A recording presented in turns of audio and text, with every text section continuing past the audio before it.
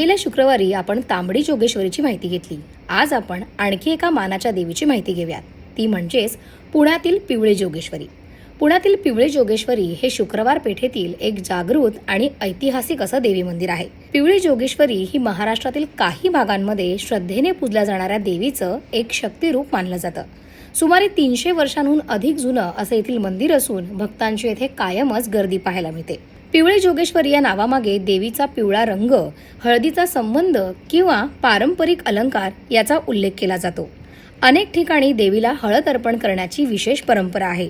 त्यामुळे देवीला पिवळे जोगेश्वरी असंही संबोधलं जातं.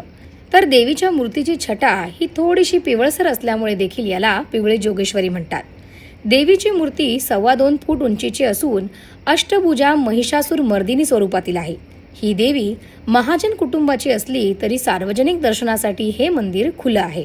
भाविकांच्या श्रद्धेनुसार पिवळी जोगेश्वरी देवी संकटांपासून संरक्षण करते, नवस पूर्ण करते आणि कुटुंबाला सुख समृद्धी प्रदान करते. त्यामुळे अनेक भक्त देवीच्या दर्शनासाठी आणि पूजेसाठी येथे कायमच येतात. हे मंदिर प्रामुख्याने विवाह जमवण्यासाठी प्रसिद्ध असून येथे पिवळ्या रंगाच्या वस्तू वाहण्याची परंपरा आहे.